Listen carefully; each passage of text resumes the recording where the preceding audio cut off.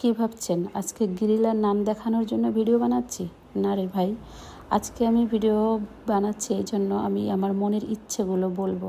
আমার মনে যে কত ইচ্ছে, কত কথা জমে আছে সেই জন্য বলবো। এই যে গিরিলার নান দেখতেছেন না, এটা আমার প্রায় 2 সপ্তাহ যাবৎ খুব খেতে মন চাইছিল। আর এটা আমি বাহির থেকে কিনে এনেছি, আমি বানাইনি। তো বাসায় বানানো একসাথ, বাহির থেকে কিনে খেয়ে খাওয়া একসাথ।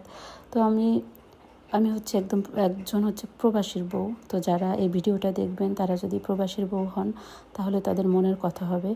অনেক সময় আছে যে নিজের ইচ্ছে অনিচ্ছে সব কিছুই আপনার মাটি চাপা দিতে হবে যদি আপনার হাজব্যান্ড আপনার পাশে না থাকে। তো আমার হাজব্যান্ড মূলত ভালো, কিন্তু সে আমার কাছে থাকে না, বছর পর বছর সে বাহিরে থাকে। কিন্তু আমার বাজারের দায়িত্ব অন্য একজনের ঘাড়ে। আর আমার মন চাইলেও আমি সবসময় কিছু খেতে পারি না।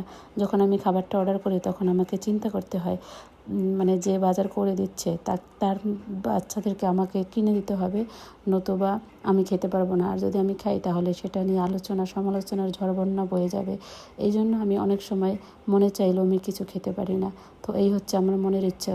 তো এখন ভিডিওটা খুব ছোট, তাই সব কিছু শেয়ার করতে পারলাম না। তবে যাদের কাছে যারা প্রবাসীর বউ তারা ঠিকই বুঝতে পারবেন।